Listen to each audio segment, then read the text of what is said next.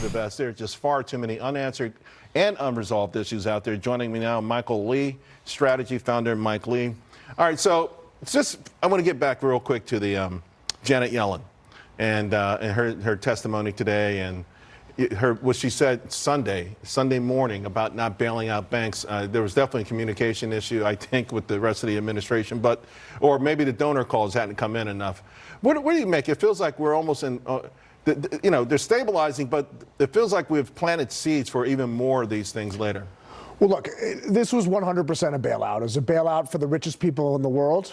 All right, Gavin Newsom, all these other people that had their money there. This was clearly a bailout, okay? But you have to ask yourself, if you didn't backstop these deposits, what was next? What I thought is they should have cut these deposits off at 75 or 80 cents on the dollar and said, if we collect more, you'll get more. And all these other banks in their stratosphere will backstop them temporarily to stop a run on the bank, but right. No bank anywhere, regardless of what the government does or the bank does, can withstand a run on the bank. It's just not the way it works. But to be clear, the messaging is that we saved little people. This was not little people. So you're saying, okay, it was fine to bail out billionaires. Roblox, which went public at a $38 billion valuation, it's okay to bail them out. What about the people in Langford's community? Well, what if you're a local businessman and you got a bank account and a local bank and you're just doing well, so you got $1 million in there? If the bank goes out, that person won't get anything. So they didn't bail out little people with Silicon Valley Bank, but if they don't stop these bank runs countrywide. Well, would there have been a bank run? If the messaging from the White House, if President Biden came on Sunday and said, everybody in this country with $250,000 or less, you are safe. Keep your money in the bank. Do you think there would have been a bank run? Well, yes, because it's the large commercial deposits would have left these banks.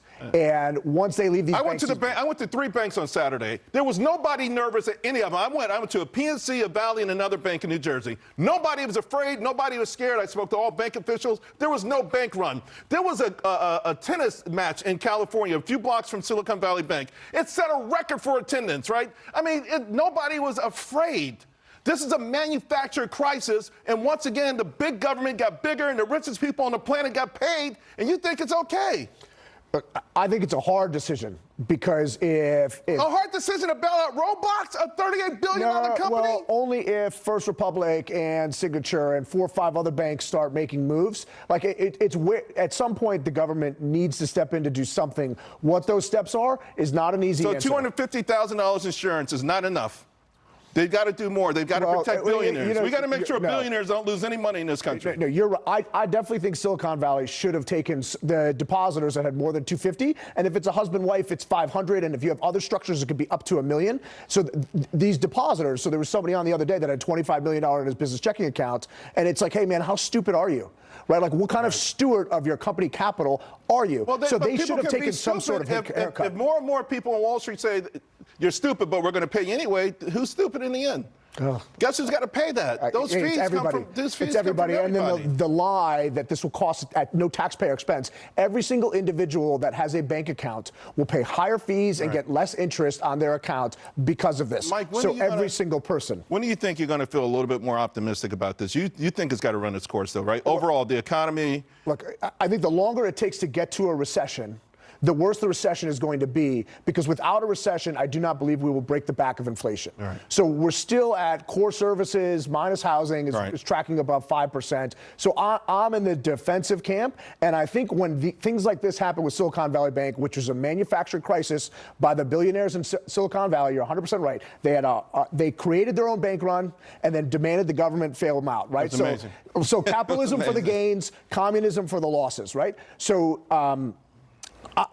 this is backdoor QE. This is inflationary. This is stimulative. And now every bank can take assets that are worth 60 or 70 cents, go to the Fed window and get $1. So this is going to prolong it. And the longer we prolong the inevitable, the worse the recession is going to be. But without that recession, I think inflation runs hot. And if you don't quell if you don't quell inflation, you ruin society. No, listen, I'm with you on the inflation thing, and I'm one of these people. If we have a recession, I think we have it sooner rather than later.